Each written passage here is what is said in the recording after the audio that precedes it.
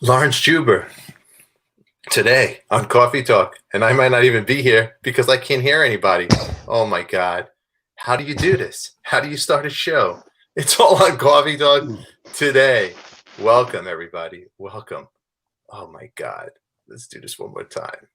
Oh no. Coffee Talk.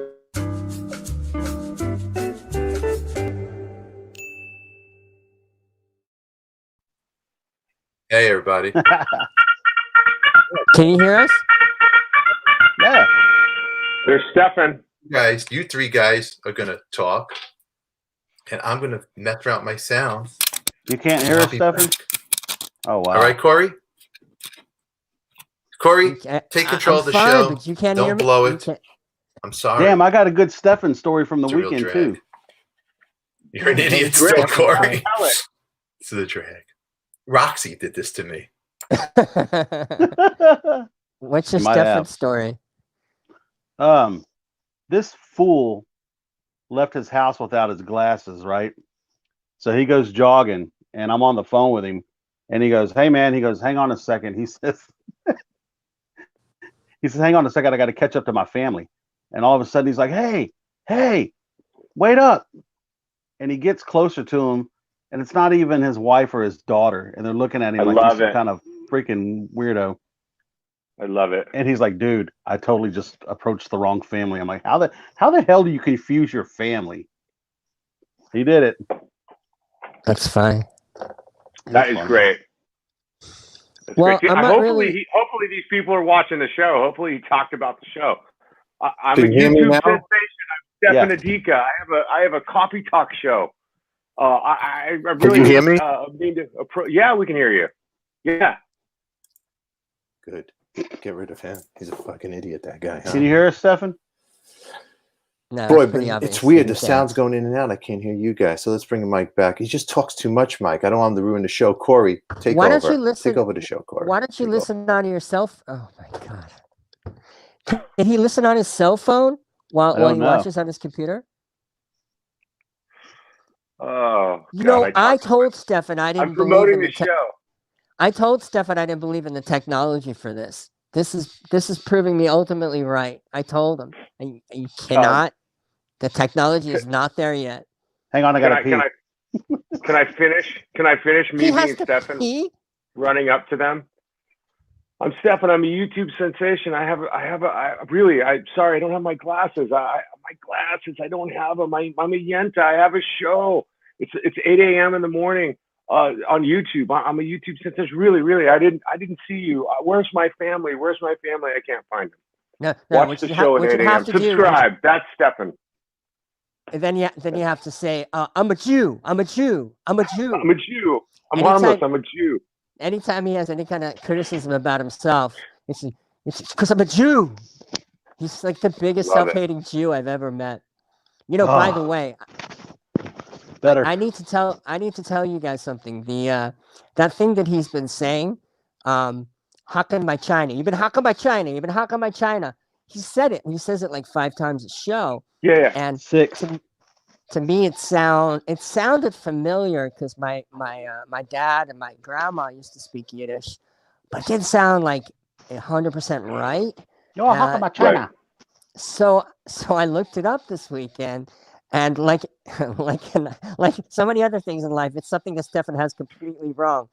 It's a Yiddish expression. It means rattling my tea kettle, giving somebody the business or whatever. But the term is not China. The term is hawking my Chinik. I hear you. Oh, he I hear hears you. us. Oh, cool. You got busted. Can you say hawking my China 5 times again today? Stefan, can you hear us? I hear you. Tell these guys what you did this weekend when you went without your glasses. I did it already. Yeah, I did he it. I did. promoted you. I was you. I acted. Oh, can you not hear me either? Hey, let's just ask everybody out there. So Can that means everybody hear us? Can anybody hear me out there? Just put a comment. It's Stefan, loud. so- How can't do about the, Corey? How about Stefan? Yeah, but I'm Nobody hear it. watching you on this. How do you I have look? to do it. It's so delayed. Stefan, Look so at you there's gave nobody somebody. commenting. You gave Corey, somebody. let's talk about Jared Leto. You gave another family coronavirus because you didn't recognize them. They hear you. You sound fine out there, Mike. Thank you. 7 seconds later, he sounds fine. It's like 27 seconds. Yeah, that's another thing. Okay, Mike, we'll that's talk a about nice Jared. shave. You look good. You want to talk Oh, about Jared thanks. It was Leto? Mother's Day. I shaved for Mother's Day. I don't believe in this technology. I'm proven right. Wait a minute. Anyway. Did you say Jared Leto, Corey?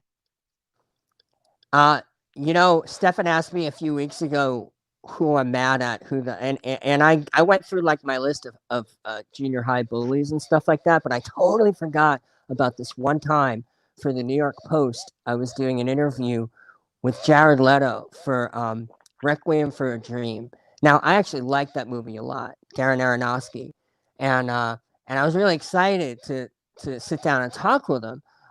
So I went to the Four Seasons Hotel in Beverly Hills, and I figured I'd butter him up by talking about his band, 30 Seconds to Mars, because I'd seen all these other interviews with him, and those are, that's the thing that him and all those movie stars who have bands, they want to talk about that first. So I started out with a couple of questions about his band, and so I asked my first, so how did you were you a rock musician before 30 Seconds to Mars? Is that something you came up with after? And then he looks at me, he goes, oh, do you think I'm in 30 Seconds to Mars? And I said, well, that's your band. He goes, that's not my band. Yes, it is. So he's doing this character or something, or he doesn't like the New York Post and he wanted to exact revenge on whoever came in. I don't know what it was, but he started getting really, really hostile. Whenever I asked him, because I'm not going to answer that question. You think I'm somebody I'm not. You think I'm somebody who's in a rock band, and you're wrong, dude. Where do you do your research? So I asked him a question about Requiem for Your Dream, or I went right into those. I was freaking out because that was my assignment for the Post. I think I got like 2 answers from him, and then he stands up on the table that we're at, and we're in a room where other journalists can see us. He stands up on the table. He goes, "I'm out of here. Get the fuck out of here!" And then he jumps on the table and runs, just like leaves where I am. And then Wow. one of the other journalists comes up to me and says, "Dude, what did you say to upset him? Damn, the New York Post again. I hope he stays in an interview and does an interview with us." And I wanted to punch that motherfucker. I don't care about his Oscars. I like Dallas Buyers Club, but I hope Jared Leto dies. Dude, I have a Jared Leto story too. And I thought when we were talking about people that pissed us off, I thought Pete Townsend was at the top of my list. And I totally forgot about the Jared Leto incident. We were backstage at the Woodlands Pavilion here in Houston, and I was hanging out with the guys from Papa Roach. And 30 Seconds to Mars was on the bill. And he's back there, and he's just kind of, cocky. And some girl goes, she says, "Jared, can I get a photo with you?" And he kept ignoring her. And I said, "Hey, bro," I said, "this girl wants to get a photo with you." He goes, "I hear her. I've got my own ears." I said, "Well, why don't you use your dick ears and answer the girl?" Needless to say, we had some words, and I stayed. But anyway, I thought that was so uncool. Yeah, it's bullshit. Yeah. What's funny is I'm friends with Billy Bob Thornton. I've done work for him at his studio. That he bought Slash's old studio. He's got a great band. Yes, yeah, and Billy's always been super cool to me. But I've heard him when he's on tour with his band. He only wants to talk about the band. He doesn't want to talk about movies. Unless you're Dan Rather. He did a thing with Dan Rather, and they talked about both. But when he's on tour, he's in character as whatever the box masters, him doing that. And that's all he really cares about talking about. He's passionate about music. Almost, not to me, I get it, but I think he had a couple of weird interviews a few years ago that which I hate seeing him not be cool, because he's cool as fuck, as the kids say. But yeah, it's just a weird thing. So some people just get weird like that. Yeah, that was super dickish of the Jared Leto guy to do that. Because first of all, we're all in bands except for you, Corey. You know, but getting press for your band or being successful like 30 Seconds to Mars is a pretty decently sized known band, and for him to be that way is just kind of I think he's more of an accomplished actor to pull some kind of stunt like that. When you're doing interviews for something, you're usually, on the clock of that. When an actor does interviews for like Entertainment Tonight and all the other stuff, that it's part of their salary that they agreed to, that they, whatever, the 20 hours of promotion. So I'm not gonna say I understand why he wouldn't answer a question about his band at a movie interview, but for God's sakes, you just say it in a nice way. You say, hey, I can't. I'm supposed to talk about the movie only, so let's get past those questions. Cool, whatever. Or the handler would have said that prior to your interview or whatever. Yeah, exactly. Yeah. And the thing about it is, you're a rock guy, and if I was promoting. Let's just say I'm on tour with Tiger Army and I'm doing an interview and we're supposed to talk about our tour.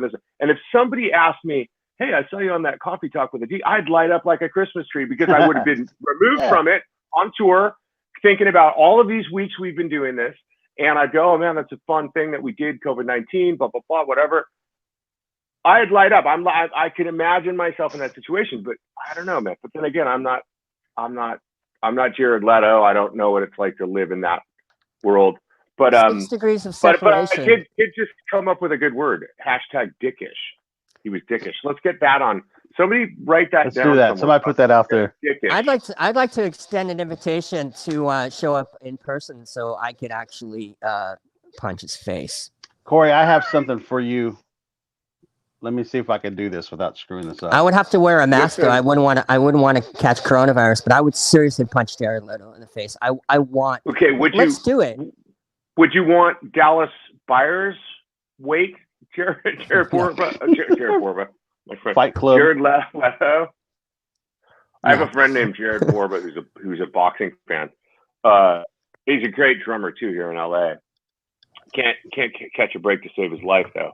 Corey? But yeah, you want the boxing weight, Jared Leto, from the Fires Club movie, or one of his more masculine movies, which I don't even know. I don't even care. Now that I know Jared, now that I know he's dickish, and he was a dick to you, and he's dickish to me. He's a boxing fan.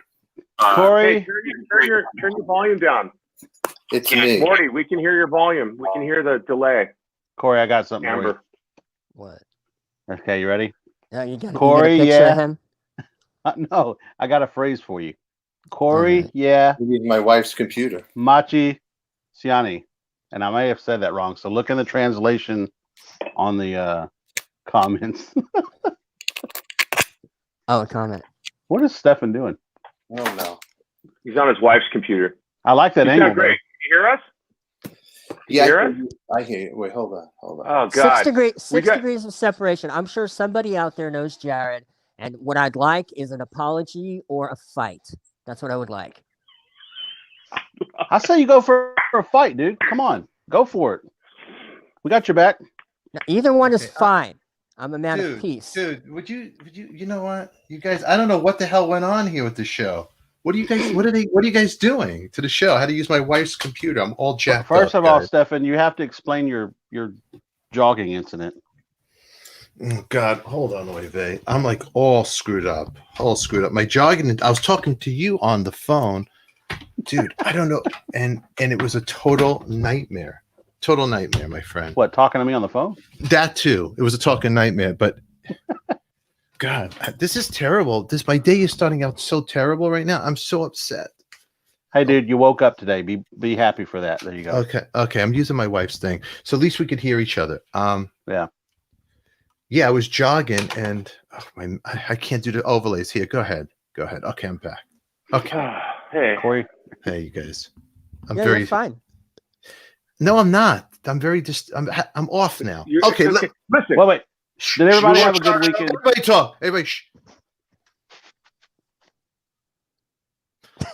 Okay. I'm better now. Did you get coffee? No, my computer's it's my computer. It's all jacked up. I don't know what happened. I was jogging the other day on the phone and talking about the good things and how professional I want to make the show. Yeah. And I'm making all these plans. And today is a great day. I started out very professional. My name's Amber. My name is Amber. I was jogging and I had a moment because my wife's mad. I'm always on the phone. She goes, "You're not taking time for the family." Blah blah blah. She was hawking your china. She's hawking me china. She got $5 for it. She's hawking your china for $5. She's hawking me china. That's what she does. My wife hawks me china all the time. So anyway, I go, oy vey, I see my wife, my family, and I thought it was my stepdaughter. I go, let me just go talk to everybody. Okay. And I see them walking down the street and I'm running. It's only a block. I didn't bring my glasses and I'm running and they're coming towards me. I go, hey. And this baby, they're going to the mailbox and some woman and a young girl, maybe 19, they're looking at me. Uncle Creepy. I had like ski hat on, running, no glasses. Hey! I got closer. Creepy uncle, crying clown. Oh, you're not my family. I just go, oh, hi. So that was. But you should have said, but watch Coffee Talk. Watch Coffee. I didn't even think I just looked like Uncle Creepy and I was in a private neighborhood and I thought I was going to get arrested. So that's my story. The moral of the story is anybody 52 years old, do not wear your glasses. Not only don't leave the home without a mask, do not leave without your glasses. ADIKA has spoken. Now, do they look like they had coronavirus? Dude, it's you know what? But I got a couple of things I wanted to touch on, and my wife, I hate my wife's computer because she doesn't like to have a mouse. It's all touch. But let's touch on this for a second. Look at Adele. Can you believe how she looks? Damn. I didn't even know that's her. Is that really her? That's her. Yes. Shit. Hang on a second. Yes. Look Everybody's gaining weight during coronavirus, and she's losing it. She looks like a supermodel. God bless her. She looks a little bit like Gaga. Is it the smoky eyes? It's the eyes. Yeah, lashes on the left. No, look at her. I mean, Gaga. Can I say it right, girls? Smoky eyelashes, smoky eyeshadow. I mean, Leventon. What do you think about the way she looks? Pouty lips. I think she looks hot. What's that, Corey? She looks hot. She looks hot. What do you really? What would you do, Corey? Tell me. What would you do? I would go on a radio show and say she looks hot. That's all you would do? Go on a radio show and say that? What would you say on our podcast, though? Honestly, look, Corey. What would you say in front of your wife? Would you say it right now if she's watching? She looks hot. You're a creep. That's how you treat your wife after Mother's Day. Well, come on. really, that's what you do, right? Look, come on. Oh, Vay, take over. Look at you. You look like Liza Minnelli. You look like Liza Minnelli. Look at him. I do? Yes. Look at him. Look. So what's going on? Look how the show just picked up. You did your hair. You look great. You look great. At least you got hair. I can make fun of you. So, hey, you're becoming a celebrity, Oive. It's because of my Kiss stuff. No. You went on Funky Amadima. You went on a show. What happened? Tell me. I saw you. What's going on? Yeah, I got to learn some cool words. Yeah. And you know what? I'm going to give you props. You did a beautiful song about your grandmother, your Team Fury, and it's on Oive's Facebook wall. It's a beautiful song. I loved it. Really nice. Thank you. Really nice. I was like, my wife was listening to it. I go, who's that? She goes, it's Oive. I go, what? No way. And I was like, it's Oive. No way, it's Oive. And it wasn't heavy. It was a beautiful song dedicated to you, written about your grandmother. And I think everybody out there that's a fan of the show, please go to Oive's Facebook page. And you know what? You guys are starting Patreon. So I think you guys definitely, for you guys out there, the guys on the show, support them, love them, because they're a big piece of the show. And without them, I wouldn't be as funny as I am, even though I'm a YouTube sensation. So he is a YouTube sensation. Okay. Yeah, I appreciate that. What's that, Mike? He had a nice song. Nobody like this. No, my mom's got great melons. Dude, I thought that was funny as shit. Yeah, it was beautiful. Look at her melons. It was beautiful. And you know what?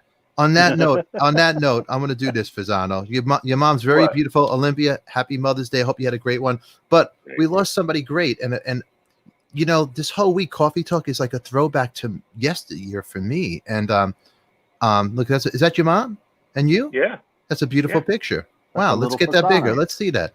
Oh, that's beautiful, Fasano. I love it. I'm a good kitty. Yeah. Mike, you still have that same smirk. Yeah. The smirk. Yeah, that's beautiful. Yeah. You look good, Mike. Okay, get the hell out of here, Mike. But hey, check it out, Corey. I want to talk to Corey for a second. I don't want to be rude to you guys. Really second. Corey, really quick. You and I, a child, we grew up with the same stuff. You know, we love the Beatles. We love Happy Days. Everything from yesterday's coming this week. And one of my favorite albums, it really is, it truly is, Back to the Egg. One of my favorites, Back to the Egg. And I would stare at the album cover. I remember going to King's Plaza Mall in Brooklyn, buying that record. Great. And then another thing, you know, so much, it's like life is changing. We lost a great comedian, Jerry Stiller. Jerry Stiller. Yeah, great. Very funny. So our thoughts and prayers to your family. He was great. George Costanza's dad, which you are the real George Costanza. I am, but actually, having seen Curb and watching interviews with people who know him, I think Larry David might be the real George Costanza, but I'm close. You're close. You're close too. We're both close. Today I was very George Costanza. Look, my name is Amber. Look at my computer. So for everybody knowing, the people who know me, you know I'm a YouTube sensation. But also, without my wife, I am nothing because I'm using her laptop because I had no sound on my laptop. What kind of show is this? I'm bringing a legend on the show. I'm bringing one of my all-time, the people that I always wanted to talk to in my life. I have so much to talk to, and I do a total fail. It's going to be a total embarrassment for me. But you know what? It's all good because you know what? He's here, we're here, you're here. Cuckoo, cuckoo. You like that? Like that? It's terrible. It's awful. Where's Oive? The only thing that's off is your confidence. I mean, we can hear you, we can see you. You know why? It's my wife, because I'm looking. My name's Amber. It's not the same. That's true. I didn't see that. It's totally not the same. You didn't notice that, right? And besides, this threw me off. Look at Adele. I can't believe it. She was beautiful. I mean, she was beautiful before, but I can't believe how she looks now. I didn't recognize that. You're so technically challenged. When you sign on, you could have changed the name Amber to Stefan. I didn't want. I'm too nervous because I'm. You know, Corey, you're so annoying me. Corey. All right, Corey. You know what? On that note, baby. I love you, Corey. Let's bring the other guys over here for a second. Okay. Oive, Fasano. So what else is going on? Anything else going on? You did your interview, Oive. Fasano, what did you do this weekend? Really catch up? Really quick. Yeah. In the spirit of Dallas Buyers Club and Corey letting us know that Jared Leto is dickish now. Would you stop? Would you guys stop? I don't even know what I missed, but stop the negativity. Okay, but anyways, you know what? Because here's the bottom line, you guys. Here's the bottom line. You have a trans name on your thing, Amber, ADIKA, Dallas Buyers. I think it's a good tie-in today. Trans name. Remember, #dickish. I know you guys are too much. We carried the show for 25 minutes. I don't know what you did because I didn't see it, but here's the ratings line. Went up. Jared Leto. I got a funny story about that. So really quick about Jared. You know my friend Christian Martucci? Yeah. He's in the band Stone Sour. So when I was playing with Dee Dee Ramone, right? I put together a whole new band for Dee Dee. So I played with you. I was one of the first. Let me tell my story. You spoke enough. All right. Here you go. There you go. There you could get rid of him. So anyway, Dee Dee was putting together a new band, and the band we had was terrible. Dee Dee was playing, as you know, Dee Dee Ramone was the bass player, founding member of the Ramones. Yeah. Which Dee Dee took his name, the Ramones, from Paul McCartney, from Paul Ramone. And that's why Dee Dee Ramone named the band the Ramones. So anyway, when I was putting together, Dee Dee and I became really good friends. I was his right-hand guy. It was fun. We put together a great band. My friend Christian, Christian, you'll be the best guitar player, which he's amazing. He was taking a bus from the telemarketing job we were doing, and he got a ride. Some guy goes, "Hey man, you need whatever." And he goes, "You look like a musician. I have a band. Would you like to join my band?" Guy goes to the house the next day. My buddy goes to his house the next day. It turns out that he goes, "Look, we'll make you an equal member of the band." This is before the band became anything. That band became Jared Leto's band. What's the name of the band? I don't want to give him promotion. What's the name of the band, Oive? Jared Leto's band? 30 Seconds to Mars. Okay, so they were going to give Christian Martucci equal membership. So the next day he goes, "Hey, that actor wants me to be in his band." He was going out with Cameron Diaz at the time. I go to Christian. "Dude, we're going to play. I got you, Dee Dee Ramone. You got the gig." I go, "I got you in the band. You're going to play guitar. I'm going to play bass. Dee Dee's going to play rhythm guitar. It's all set. They're about to get in the Hall of Fame, the Ramones. That was his favorite band. I go, he's an actor. Nothing will ever happen. Dee Dee Ramone. So here's what happened. Dee Dee Ramone died. Jared Leto became a big star. 3 platinum albums later. And Christian would always go for the next 3 years. Why did I listen to you? Moving forward, Christian ended up being in the band Stone Sour, and he's a member. So because of me, I did him well. So there, Christian Martucci, if you're watching, trust ADIKA, not Amber ADIKA, but Stefan ADIKA. Okay, on that funny note and that great story, that's 2 minutes of your life you won't get back, Corey. Okay, are you ready, Corey? Orve, you know it's always about kiss, kiss, kiss. I hate Kiss. But there'd be no, you know what? I know you love Kiss, but we're gonna get you out of here because this is gonna be something for Corey. Corey, I've been ready for this interview since I was 14. I didn't have to study for it. this is for you, Corey. I'm doing this all for you. All right. I just can't control the I got him. oh, you're the one who booked him. That's true. You did do very well, right? You did do very well on that. Okay, let me bring him here. You know, Corey, you introduce him. Come on, let me hear you go. Ladies and gentlemen, Laurence Juber. Hey, LJ, good welcome. morning. Welcome. Thank you. It's a little early, but I have to sit up taller. Look at I'm on a stool. That's why. I have Laurence. a standing desk, so I can I'm not like sitting low. I'm sitting high up because that way, when I'm playing guitar and the camera and the computer and everything, it all works out. Yes. All righty, Corey. Everybody's Corey, adjusting their cameras. no, you know what, Lawrence? I had such a, you know what? You and I, the other day we spoke, everything was going great. And this morning, I'm going to be honest, completely honest with you. My laptop and my mic wasn't working. I'm like, oh my God, not today. Not when I'm bringing LJ here. And I got to be honest with you. You ever get into a crazy phase where you know what to do, but you just freeze and you're like, ah! And I'm Jewish, so so I got real crazy. Well, me too. So we're all Jews. This is like the three stooges. The thing is that with all this technology, that it's like I need backups on top of backups. So worst case scenario, I could actually stream from my Hero GoPro thing. But I have like just different way. I have 3 different internet connections just in case. Oh. I mean, it's really, Lawrence, Lawrence, are you Jewish? I never knew that. you didn't know that. Yeah, I was last time I looked. Look, I was bar mitzvah in Israel. My dad's from Israel, believe it or not. 1980. I went to Israel. Yeah, my dad's from Haifa. And I grew up in Brooklyn. But the show's not. It's about you. But Lawrence, I froze. I'm like, not today. And all of a sudden, I go. I'm having to. Of any guest I have, I'm going to tell you right now, right out the gate. It's an honor to have you here. Thank you. And big fan of your work, and I know Corey is. I'm not going to fanboy out, but how can I not? Look at you've done so much. Down to know where to begin. Corey, kickstart the interview. Help me out here. Well, I'll just start with the way I got to know him, which is through Back to the Egg. Now, when people say what's your, most influential album or whatever, it's usually something that came out around the time you were 14 or 15. And so this was the McCartney album that came out then, and I just loved every track. I mean, Getting Closer should have been a massive hit. Love Awake was one of his best ballads.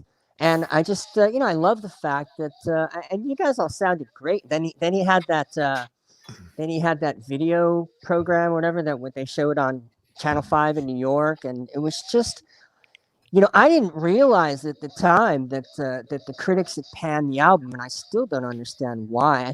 I think certain things might change in retrospect. Like Rolling Stone panned Led Zeppelin's first album, and the amazing first album. With Back to the Egg, Rolling Stone, I think, gave it a 2-star when it came out, and now they've upgraded it, I think, to like 4 stars or something. I mean, I think that album, what happened was the release really suffered from the timing, because there was a recession that hit right before the release in 1979. That video program that we didn't air until 6 months after the album came out, 5-6 months later. We didn't tour to go along with it. The hit single Good Night Tonight wasn't on the album, much Right. to Columbia Records' chagrin.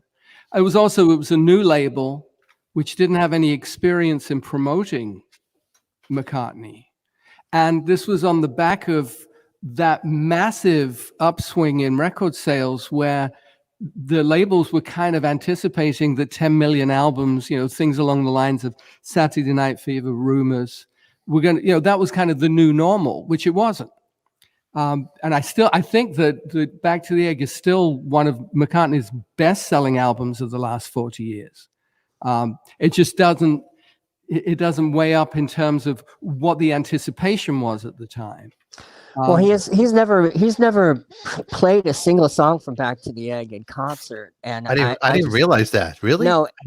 No, and I mean, except on the tour that you were with on, in right. Europe. We did a bunch of Egg songs. I mean, he does Coming Up, which was kind of the next phase. Yeah. Well, that's McCartney too. Yeah. Well, but that was also the live version, which was the hit.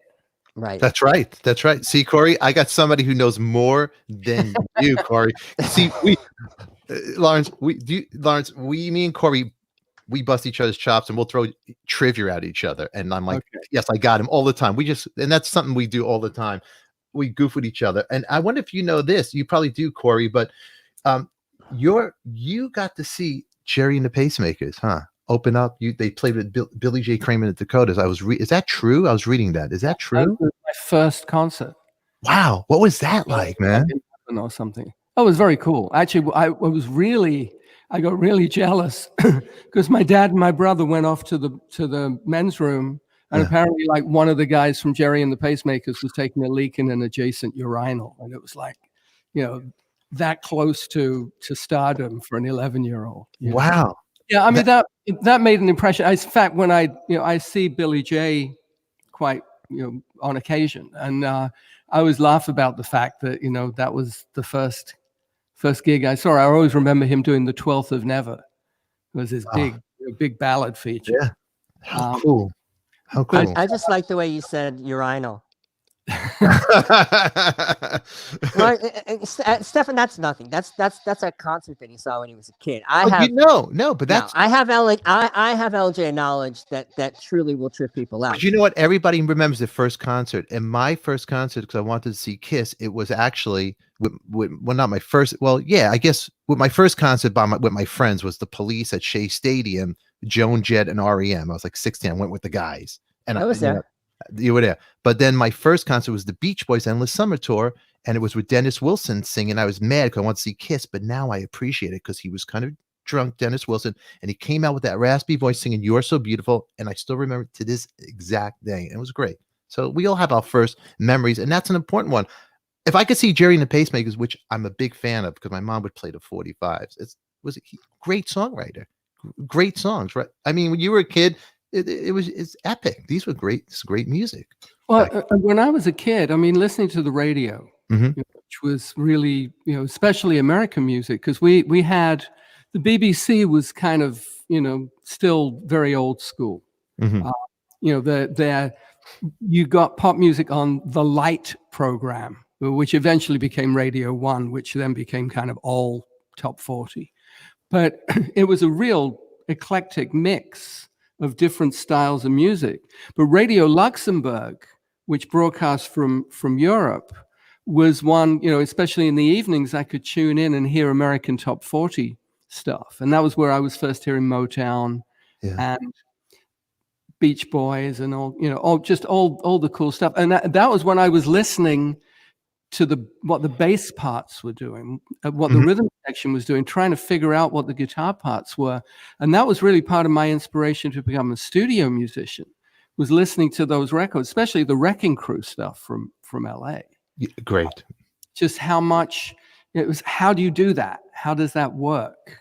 And I'd fallen in love with the guitar. I got a guitar for my 11th birthday, which was November of '63, which was like kind of that first cresting wave of Beatlemania in England, because we didn't have the Ed Sullivan moment like here. It was a longer process. So throughout '63, it was just building and building. Oh, I've got a stained glass window up here. Yeah. And the sun just hit it. Here comes the sun. Colors, right? That's great. So, Lawrence, what was the first song that you learned how to play on guitar? When the Saints Go Marching In. Wow. Who was your favorite Beatle?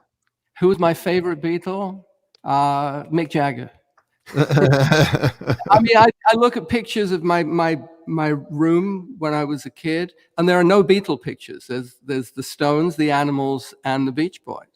It was like I love the Beatle records, but I very quickly was getting motivated by the guitar players. So for me, it was what was really drawing me in. I mean, I love George's playing, but it was the soloists, and by the time I got to be like 14, 15, it was Clapton and Hendrix and Jeff Beck and Jimmy Page. And it was like, I was kind of drawn to that. In terms of songwriting, I suppose Paul would probably be my favorite. But as time's gone on, it's changed because I've developed a much deeper appreciation for John Lennon's writing since then. Wow, I'm turning all kinds of colors here. No, that's okay. It's funny you say that, as it does change, because when it started out, of course, every kid, when you're little, you want to draw the Ringo. What it's Yel Severino, you feel bad for him, because he always had that sad sack like Fasano here. And then you change. I was, because Paul, obviously, the good looking, he's the cool looking one in the band, and you're drawn to him. Then later on, you go through a Lennon phase, but I now started going through a Harrison phase, really appreciating him. Yeah, more. George, I think I learned a lot just for the limited amount of time I worked with him. You worked with him on Shanghai Surprise in '86. Yeah. Wow. Which was a fascinating experience because the day that we went into the studio, and we were working at Sound City, the one they did the documentary about in Van Nuys. And that was the day that my daughter Ilse was born. It was April 17th of '86. So I went from the hospital. She was born at 7:17 in the morning. I went straight from the hospital, went home, grabbed a couple of guitars, and then went off to the studio. Do you know, Stefan, that LJ is married to Hope Schwartz, who's the daughter of Sherwood Schwartz, who created the Brady Bunch and Gilligan's Island? Wow. For you. Wow. Well, I came to LA and found myself at this nexus of pop culture between Wings, British Invasion, and American situation comedies. I mean, with Gilligan and Brady, it was just a strange but intriguing. That is a strange. That's true. Did you go to because the house was recently for sale, the Brady Bunch? Oh, we've been there. Oh, you've been to the house. Hope and I wrote with her brother Lloyd. She wrote the book, and Hope and I wrote the score of a very Brady musical. Oh wow! Which was we were intending to do a tour later this year, but that's obviously got pushed back. So, but we went to the house. We actually filmed a sizzle reel for the musical on the staircase in the house. Oh wow, that's good. Yeah. So your wife's a musician. Is she a songwriter? Your wife? She's a writer. A writer. Okay. Yeah. So she's written sitcoms. She comes from a family of comedy writers. Oh wow. But she's also produced many of my albums. I mean, all my Beatle albums, she's the producer. I've done 4 albums of Beatles. Yeah, and I was actually looking at your webpage. You have just a slew of music on there, which is really fantastic. So for anybody out there that is looking out there, go to your website because there's so much going on. LaurenceJuber.com. Yeah, Laurence, that's right. And I'm going to put it right over here as well. You have also, let me ask you, you have, is this signed copies of the Fab Fourth? Is that available on your web store too as well? Yeah. Are you doing it? Pretty much all of my catalog is available on my website, including my guitar books and my Guitar with Wings photo book, which is all the pictures I took during the Back to the Egg sessions. That's your coffee table photo book that you're doing. It's a coffee table. Yeah, and you know what? Right there. Did you know about that book, Corey? Really quick about that? No. Yeah, I was actually checking it out right here. Here it is right there. Guitar with Wings. Okay. And you're probably going to order one because it looks actually really cool, Corey. There's some really cool stuff in there. And it was mostly it was up in Scotland and at Lim Castle and during the Rockestra session. Mhm. And I just took my cue from Linda in terms of just having a camera available and being a fly on the wall and not using flash, a lot of black and white, slightly grainy because it was fast film, high ISO like 1600 or 3200. And it kind of felt the need to kind of document this experience. Wow. Very cool. I do want to check it My brother out. took a whole bunch of live pictures too, so some of those are in the book. Did And then you- it is goes this- beyond that in terms of my career as a studio musician too? Yeah, the pictures are really good. Now, forgive me if I'm wrong. There's a picture that I found, and I was just picking through your Facebook. There's some stuff that just caught me, and this picture is a fantastic photograph because you were there. Did you take this picture by chance? I did. You did take that picture. Look at I did take that that photograph. Yeah, I mean, look who's in the picture. You Wow. got Kenny Jones. It would have been Keith Moon on drums, but he died a few weeks earlier. I mean, Corey, have you ever seen this photograph, Corey? No. Look at the picture. You got Ronnie Lane, right? You got John Bonham in the back. It's Steve Holly. Okay. John Paul Jones, and Wow. Kenny Jones. You got Kenny Jones, and there's McCartney's Rickenbacker. Look at Linda looking at you, and she's holding the camera. What a Yeah. fantastic photograph. And you really captured the moment on that photograph. I could stare There's at a this. few of those that, again, it's like that fly on the wall kind of thing. My favorite one is one of Linda. I don't think you can see it. I think, let me see if I make the screen a little bigger. No, you for can't quite see it. Hang on, let me lift this up. You can barely see it up there, but it's Linda at the Hammond organ with the Rockestra music in front of it. But what's interesting is it's all film boxes. Mm-hmm. Kodak recording film, and then there's a cup of tea and a Scotch and Coke, and it's kind of like just the top of the organ tells a story. Fantastic.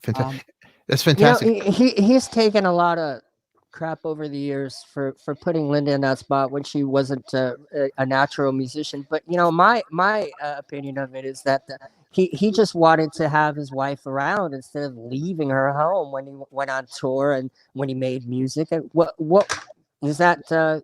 I mean, is that the right idea? Or? Yeah, I think that the idea it really comes down to kind of being a couple and working as a couple, and which is what Hope and I do too. Is that if you work together, it actually kind of helps bond the relationship. You have to be able to work together, and I gave Linda a lot of credit for really rising to the occasion. I mean, she was reliable in terms of the role that she had to play. If you think about those Wings hits, especially the pop hits, the silly love songs and stuff, and how much those backing vocals were integral to the sound of those records, and Linda's voice was integral to that sound. I mean, Paul, Linda, and Denny together had a very particular sound, just as much as the Bee Gees did or the Carpenters did. Mm-hmm. Mm-hmm. The way that they used their backing vocals, and Linda was very much a part of that. I mean, think about her vocal parts on Ram, which is very much a Paul and Linda album. That's another album that when it came out, it got panned. People, because I guess everybody was expecting another Second Side of Abbey Road from him. But you know what? That's exactly what it does sound like now. In retrospect, it's a classic album. It's a masterpiece. It is a masterpiece, and I think that in terms of the writing, but also in terms of the internal musical dynamics of it. I think that Denny Sywell's drumming on that is brilliant because it's orchestrated. And I was shocked when I discovered, he said that when the album came out, he had never heard any of the bass parts. Because when they cut the tracks, it was Paul playing guitar or playing piano. The bass was added later. So Denny was doing all these intricately orchestrated drum parts. Because having him coming from a jazz background, but having played rock sessions and just having a studio musician's sensibility towards it. In fact, I'm working with him today We're Oh, actually cool. going in the studio in LA. We're doing a socially distanced session for our friend Richard T. Bear. We have he has a band that I play with called Route 66 that we were playing a lot of local LA gigs, but we're recording a single today, and Danny's playing drums, so I'll wave to him across the studio. That's funny. That's very cool. And then one of your stories too. While I was Googling, you're going through your Facebook. I caught this. This is pretty cool, Corey. And you wrote every passport stamp tells a story. January 16th, 1980. Corey, you know what that is? That night. Yeah, that's when Paul got busted in Japan. That's right. And that's your passport. Is that your actual passport right here? That's my actual passport. And you'll notice the departed date was 3 days later because they wanted us to leave. But what was funny about that was that when we applied for the visa, it came out. See, on my birth certificate, my first name, my given first name is Ivor. It's Ivor Laurence Juber. But I was never called Ivor. I was always Lawrence. So when it came out that was my given first name, Paul and Linda started like giving me a hard time about it. And at one point we were on stage, and I think it's every night, the live version from Glasgow that came out with the I think the McCartney box set, that Paul yells out, take it, Ivor. Is the right before the guitar solo. Great. That's excellent. I mean, right now you get all the little tidbits. You and I, after this interview, LJ, after this interview, when we hang up with you, me and Corey are going to be like this. Man, we should have asked that. We should have asked this. We forgot this. There's so much to ask you in so little time. But I am going to say something. When that bust happened in Japan, and I wrote a note here, you had, and tell me if I'm wrong, because the internet's not always right. You had a new 57 Les Paul. Gold top. Well, I'd purchased it in New York. I've got it on 48th Street, and I was carrying it. Okay, so that was with you during the incident, correct? Yeah, see, everybody else in the band had gone from London to Tokyo. Yeah. I'd spent the weekend in New York, and I'd stayed at the same hotel as the McCartneys. And then while I was there, I was on 48th Street and found a 57 Les Paul Gold Top. Wow. That was not like ridiculously priced. So you got this was 1980, so it was still, it was still relatively affordable. It was affordable. You got a good deal on it on that. Well, by comparison with recent prices on it. Yeah. I tell you funny, really, I'm going to keep on the Les Paul, but I found in Chelsea, by the Chelsea Hotel, when I was in New York before I moved to LA, there was a guitar store next to the hotel. You probably walked by if you're ever in New York, and it was a small little Chelsea's guitars. It was a 68 recorder bass Les Paul. And I go, oh, it was heavy like a piano. But I got to get it. So when I moved to LA, my buddy, he was in a band called the London Choir Boys. His name is Nigel Mogg. And anyway, his uncle's Phil Mogg, UFO. So I ended up selling it to him for $500. I'm like, man, why did I sell it? It was just a cool looking, it looks like art. I wish I had it. Never knew what happened to it. And he goes, I go, what happened to that bass? He goes, oh, I sold it to the Chelsea Guitars in New York for $500. So that guitar went all the way from New York to LA to him back. Ridiculous. Wow. That's the model with the low impedance pickups, right? The recording. Yes, that's right. And it's real. Anyway, so I have this Les Paul with me, which I'm holding going through customs. And and I'm standing next to Paul. When the suitcase gets opened, and it's the last suitcase, and the customs guy is just giving it a cursory pat, and then his eyebrows went up, and he pulled out a bag of weed. At which point, all hell broke loose. I know you don't know anything about this, but what do you make of the speculation in Beatles circles that Yoko had tipped off the Japanese? Nonsense. Yeah, that's not. You see, that's Corey. This is what you do. I'm sorry, LJ. He always has to throw a wrench in it. And if you watch any clips, he always says, you're like a conspiracy guy. Again, you got to embarrass me in front of LJ. I got a good thing going here. You interrupt at the wrong time, Corey. What is wrong with you? I want to show the guitar. You just got to be like. But there's a reason for bringing that kind of thing into the discussion, because if only to disabuse the notion. Yeah, it's fine. Anyway, but I have this guitar. We get ushered into the back, Mm-hmm. like in the with all these security guards came out, and we kind of get in the back, and Linda's going frantic with the kids, and Paul's off in a side room being interrogated, I guess. And I'm in another room, and two guys come in with a screwdriver and point to my guitar. Oh my. And the back of the Les Paul has those plastic panels for the control cavities. So I had to take those off and the truss rod cover just to show them that there was nothing stashed away. So you took it off. Vacuumed our pockets. Yeah. No, I took it off. I wouldn't let them do it. I mean, but back then, I mean, that's brave of you. You wouldn't let this frantic going on, and then you got composure. Okay, I'll do this. Don't mess with my Les Paul. Here's the that's the Les Paul today, right? Yeah, that's it right there, Corey. See that? Look at that. It's beautiful looking. It's beautiful. Yeah, guitar. and I take it out on gigs occasionally. It's a great sounding guitar. Great, excellent. Looks a lot like the one used by Jimmy Page. Yeah, that's the lyric from Rock Show. Well, Page's one is a sunburst, though, isn't it? I know. I was just doing my. Never mind. But Sorry, you mentioned something earlier about what you listen to when you're 14, 15 years old. Mm-hmm. And the psychologists have proven that because of the way your brain's developing, the stuff that you listen to at that age is the stuff that really gets kind of embedded in your musical consciousness. And for me, that period would have been 1967. I mean, basically like 14 and a half is kind of like the key point. Yeah. That was, for me, Are You Experienced, Piper at the Gates of Dawn, Sgt. Pepper, Disraeli Gears.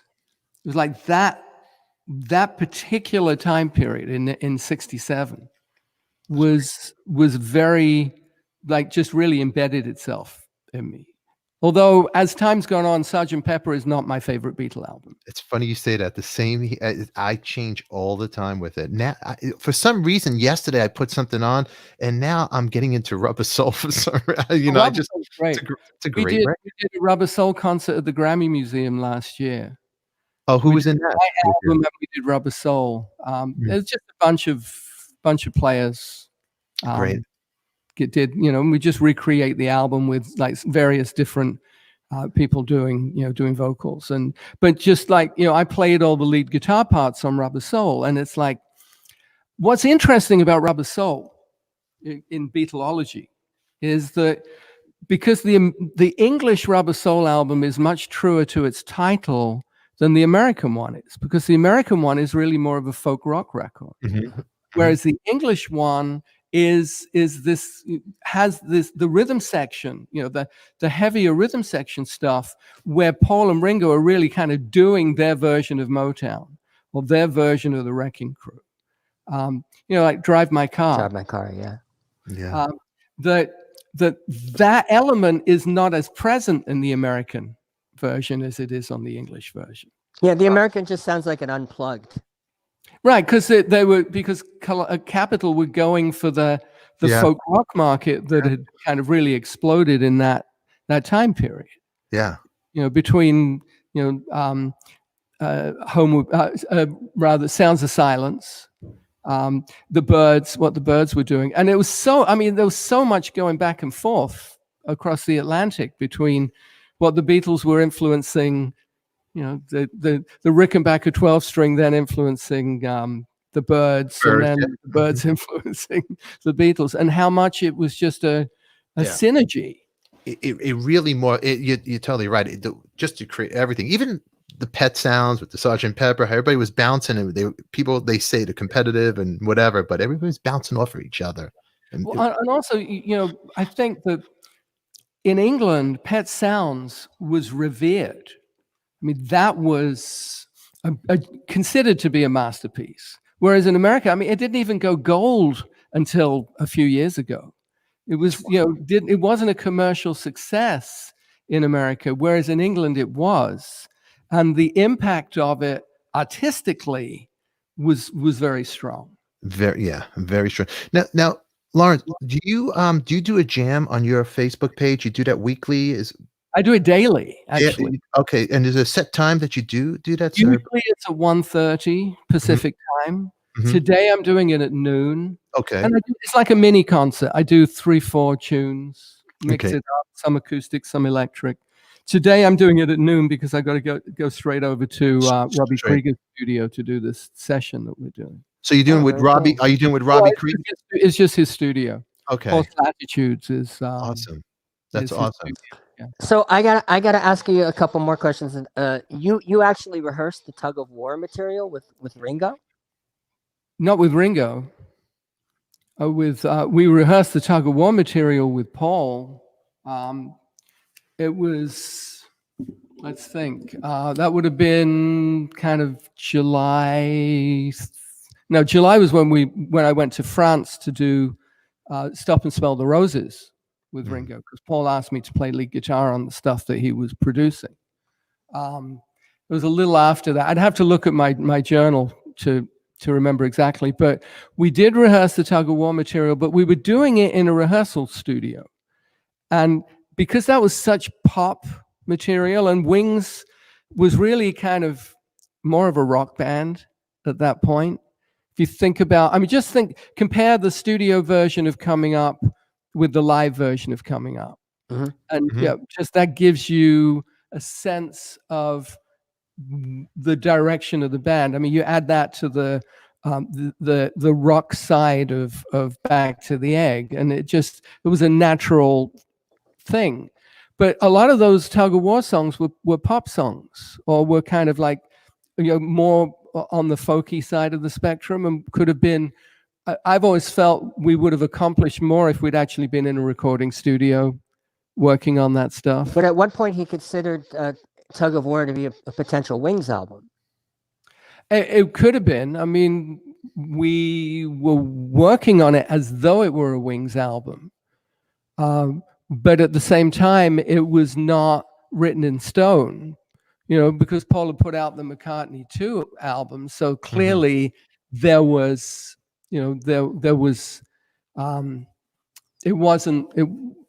Wings was not necessarily a permanent thing at that point. I knew that was just, could have been the case. Yeah, Corey. I think Corey's frozen. Yeah, I think he froze too. I think his brain exploded. There we go. It was such a weird time too back then, because LJ. So you Back to the Egg came out, right, and then you have the Japan buzz, and then right after Lennon passed away, it's just like a bad weird time. That whole 1980 for a strange time. And I think all of. I mean, to be honest, I think Linda was kind of done. She had 4 kids. She didn't really fancy another world tour, dragging 4 kids around. They'd moved out of London. They were down living in Peasmarsh. The kids were in the local school. They didn't necessarily need the disruption. Yeah. And then, of course, after John died, what it did was it just increased the vulnerability. Right before I left for New York at the end of January of 81, I was at Air Studios to say goodbye, and there were death threats. Somebody had made a death threat to Paul and the family in New York. Wow. And there was security there, and it was like, they didn't tour again until 89? Yeah. And the funny thing is, I ended up going to see McCartney play the Hollywood Bowl because I was in a band, and you might know the gentleman. He's a drummer, and his dad actually worked for McCartney. His name is Paul Crowder. Of course, I know Paul. Yeah. Paul, great guy. He was a drummer with me for many years, and good friend of mine.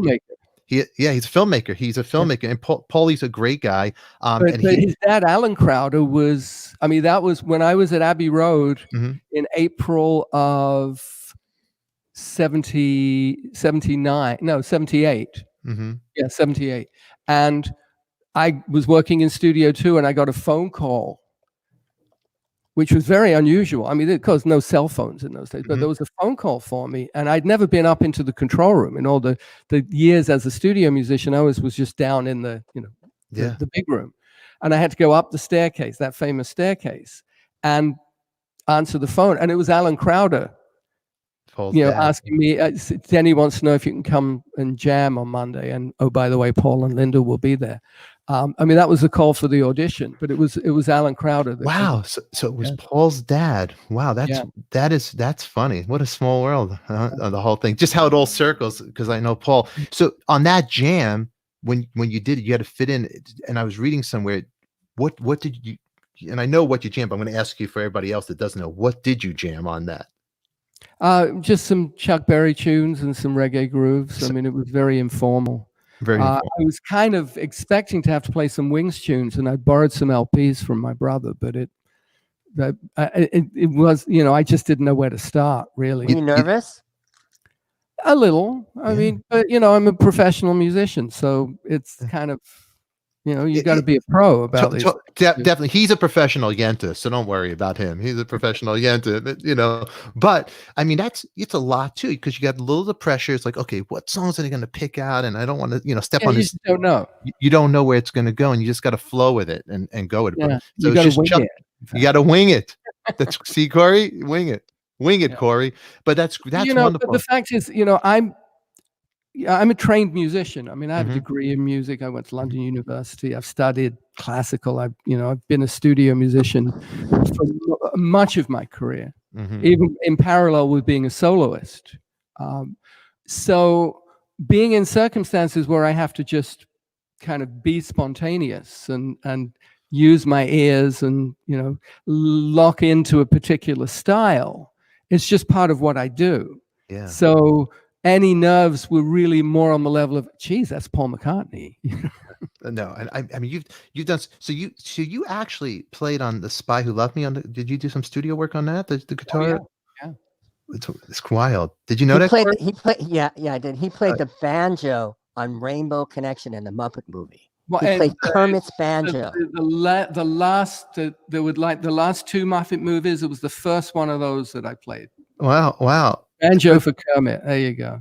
So what about guitar for Paul McCartney, banjo for Kermit? That's great. We did a version of Rainbow Connection for a DVD audio project with Paul Williams, who wrote the song, Willie Nelson, and the great Gonzo.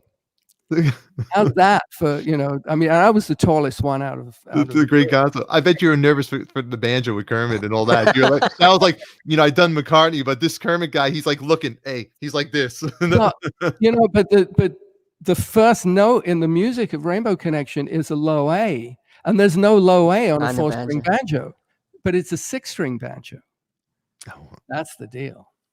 Wow. Because a 6-string banjo is tuned like a guitar. That's what all the back in New Orleans, like the riverboat guitar players who were having trouble getting heard on guitar would put guitar necks on banjos. Wow. And the banjo guitar was actually that banjo guitar was really kind of the main rhythm instrument in the early Dixieland. I want to ask you, LJ, because you've done so much studio work, played with incredible people. You're still putting out these incredible records, which everybody, I'll put a link to his site. Check out all the records that he's putting out, which you got to promise me, I'm going to get that book. I'm going to buy that book, but you got to sign it for me. That's it. Okay. That's the deal we're going to make. Okay. Anything that comes from my website, I sign. Okay. But I just want it to be special because I don't want you to write Amber ADIKA. Well, you could, but right to the ADIKAs. But really, really great. Is that one gig that you played with anybody that you felt like, wow, I'm like in the room with so-and-so? Has that you ever got impressed with that one shot? Being in the room with Paul and Ringo together. Okay.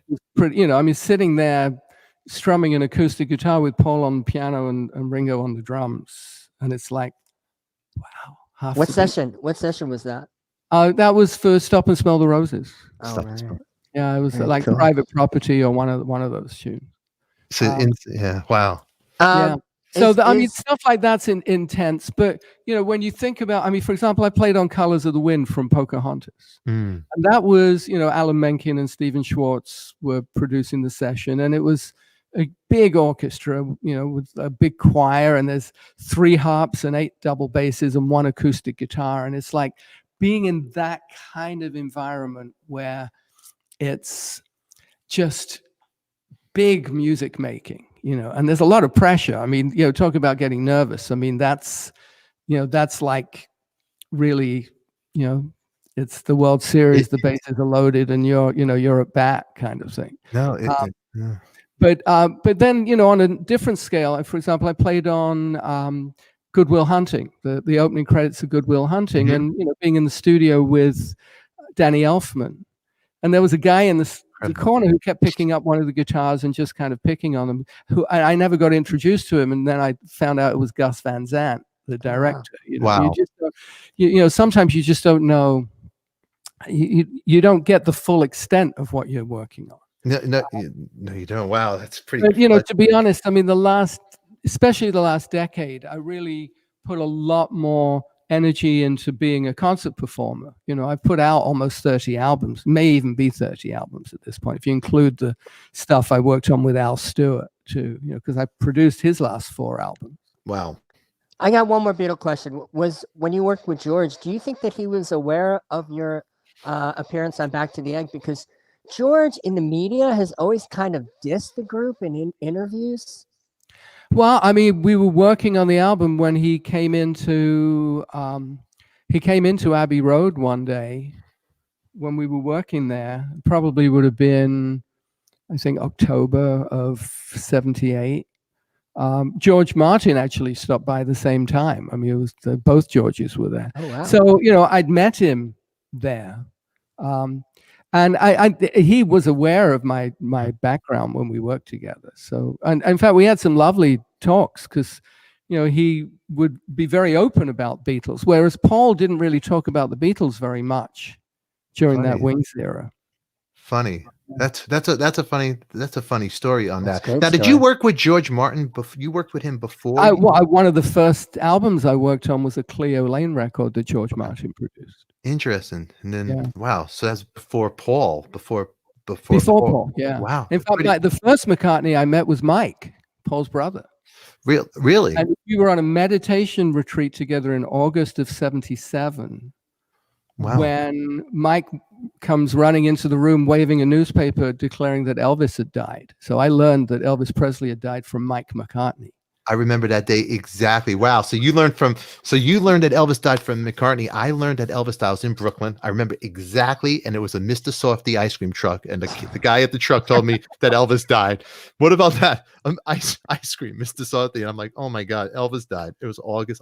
Hot, sweaty, humid day, afternoon in Brooklyn, New York. Now, also, you have guitars also with your name on them too, right? That right here. And there's a photograph right there which you could get that, and that's the guitar. Let me make a bigger picture of that.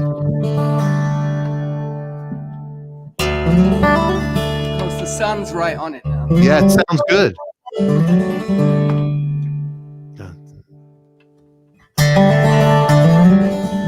You got time for a tune? I do got time. It's a tune of mine called Cobalt Blue. Yeah.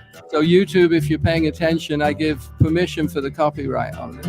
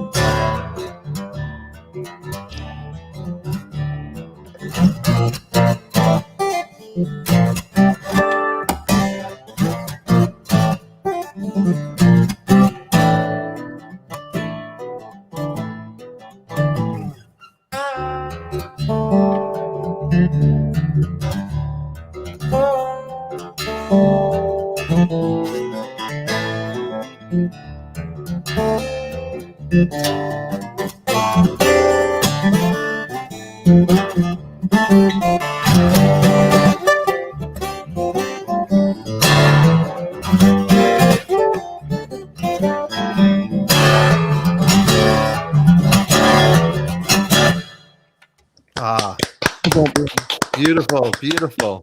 Oh, Thank you. bravo, wonderful. Lawrence, I have two questions.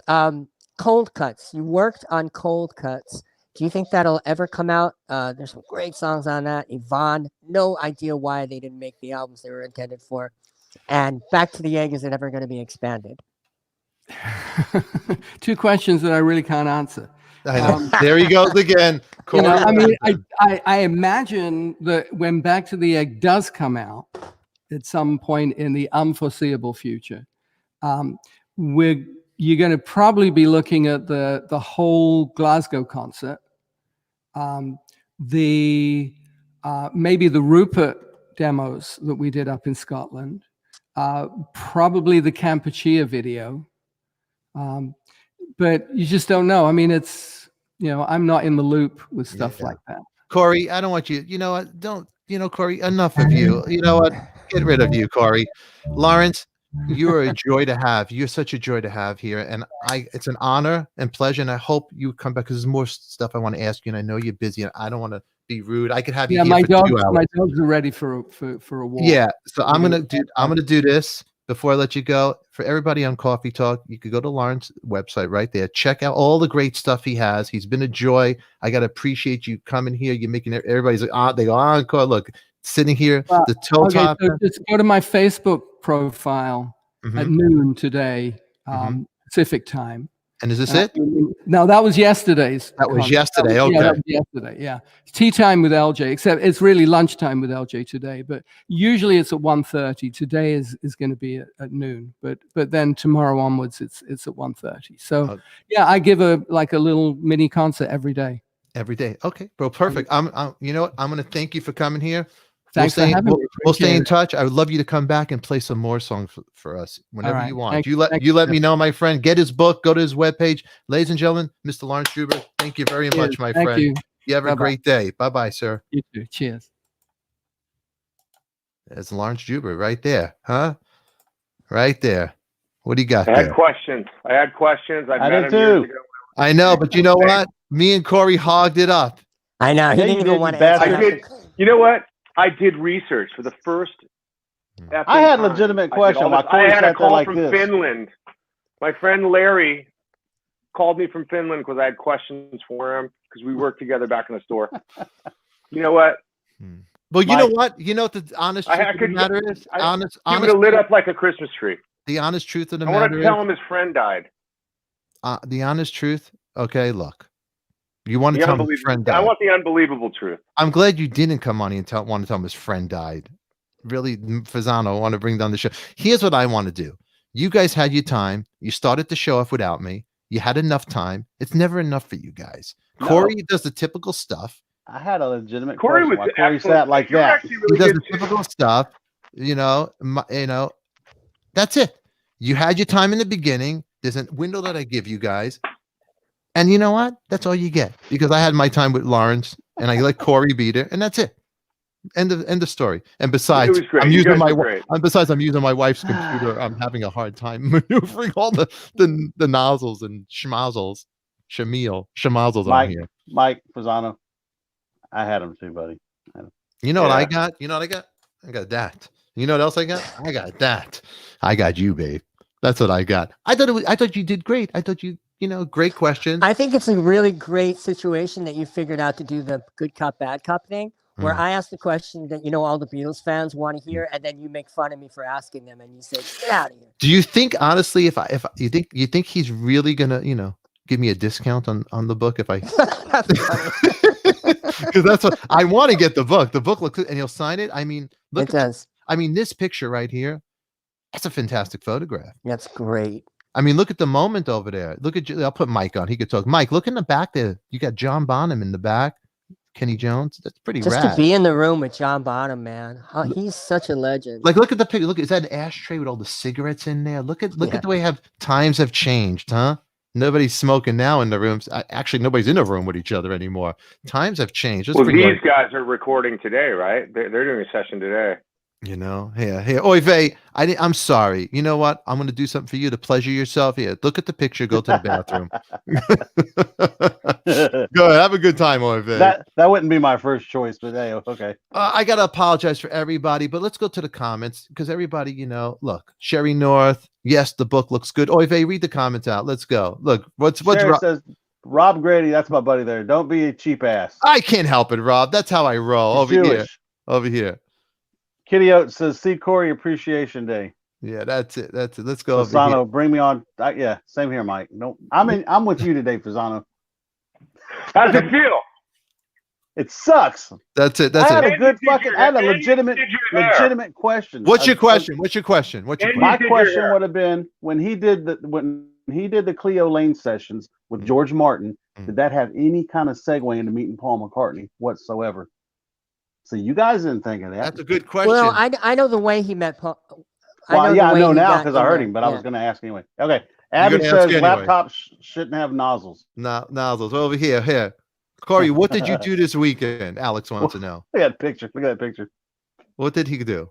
Where's the picture? I hunted hornets. I guess that's supposed to be the answer. That's good. That's it. What's Sherry North saying? You're a crank today, Mike. What's up with you? Make your bed. He's always like that. Mike has his act where he wants people to feel bad for him. And I'm glad you said that, Sherry. I made something for Mike, everybody, right there. Look at this right there, everybody. I can't see it. Let's see it. Over here. Everybody, Mike always look at sad sack Mike. Look at him. Always you know what? They don't get enough. I love it. He gets the wenches.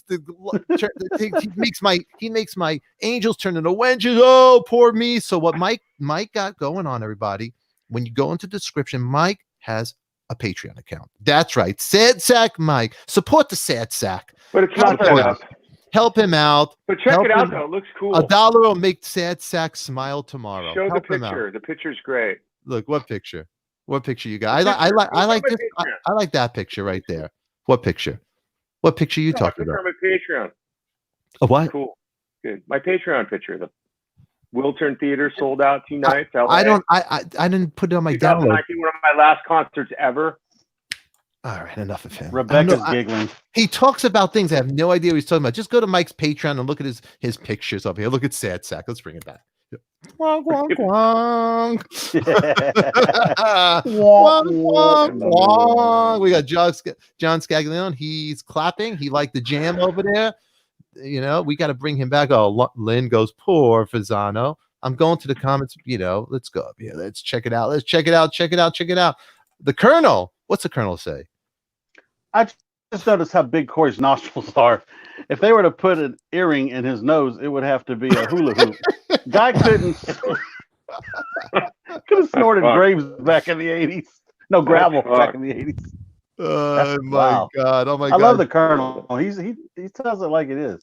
Tea time. That's Lawrence. It's going to be this afternoon. So I think it's what did he say it was, Corey, again? 12 o'clock on his Facebook page. So it's 12-hour time. That means it's 3 hours ahead East Coast time, everybody. Just make sure that. Just make sure all that. We got Ken. Let Mike free. Let him free. Mike, who you texting, Mike? People are talking to you. Look, Sherry North. I'm actually posting something. Look, that's beautiful. Look, you guys ever heard Rebecca giggle? Get the sack on. Debbie goes, look at this. Stefan, bring me back. I got questions. So, Mike, what are your questions? Let me hear them now. Mike. Oh, no, I got this. Is great. Sherry North. I just wanted to say this is Sherry North because she thinks I'm grumpy. Anyway. You know the one question that I was dying to ask. What was it? Which you cannot ask. So I didn't. Should you say it? Should you say it right here? He might not ever come back. Well, no, because there was.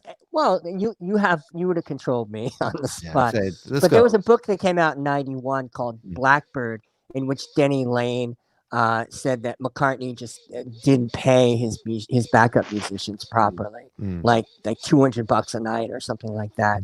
And I just wanted to ask him to sort of comment about whether Paul was frugal or generous.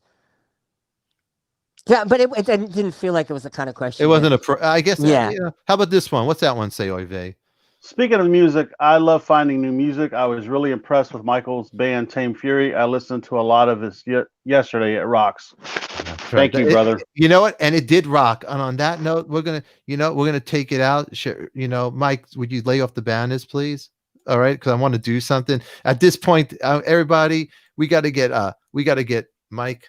Mute Mike for a second. We're gonna get out of here really quick, you guys. I want to thank Michael McVeigh, Oy vey. I want to thank Corey Leventon. I want to thank Lawrence. I want Mike Fasano. I want to thank my henchman for helping me out in the beginning of the show when it was going south. I had no sound, but I am going to do a couple of quick shouts to the people that are supporters of the show. I want you guys to go check out Spearhead, www.spearheadcoffee.com. I want to thank you guys, Spearhead, for believing in Coffee Talk and letting me talk about your coffee here. Flirt Salon, the girls at Flirt Salon, 818-843-9400. If you need a good ball wax or eyebrow trim, call the girls, tell them that Fasano sent you. He loves you. Tame Fury, I got to tell you, man, I'm blown away from it. And I'm proud to have Oy vey on my show. Excellent song written to his grandmother. I thought it was a beautiful song, especially on Mother's Day. And please, Facebook.com, Tame Fury Music. Check him out. Check out my buddy also, Midnight Alibi. They're on Facebook.com, Midnight Alibi, and also on Instagram. DM Oy vey, check out. I want to thank George Martin for taking that photograph with me. I know you're not with us today, but yay, what the heck? You get a thanks. I had a name drop somewhere. This has been Coffee Talk. If you do like what you've seen and you want us to bring you more happiness, subscribe to it, please. We need your support because without you people watching, it's not Coffee Talk without you guys, And Hot Sauce by Bumbleicious. You want to spice up your sex life? Put that on somewhere, and that'll make that night hot. And whoo, whoo, whoo, whoo, whoo. Look at that coffee. Look at that coffee. Michael Lago's book. Get it. I Am Michael Lago. It's on Amazon. This is another episode of Coffee Talk. Actually, tomorrow, we are going to have on Coffee Talk that's going to join us right here. Twisted Sister. JJ French of Twisted Sister will be here tomorrow, everybody. He actually tried out for Kiss, I think. Wicked Lester, rumor has it. But, we're going to ask him. We're going to talk to JJ French from being a guitar god of Twisted Sister to New York City's, outrageous rockers, into being manager, and let's see what he's doing nowadays. And on that note, everybody, we're going to take you away with this note right here. This is Coffee Talk. We love you, and be good to you folks. They've been good to you. Now get out of here, you crazy kids. Go do something fun. It's Coffee Talk.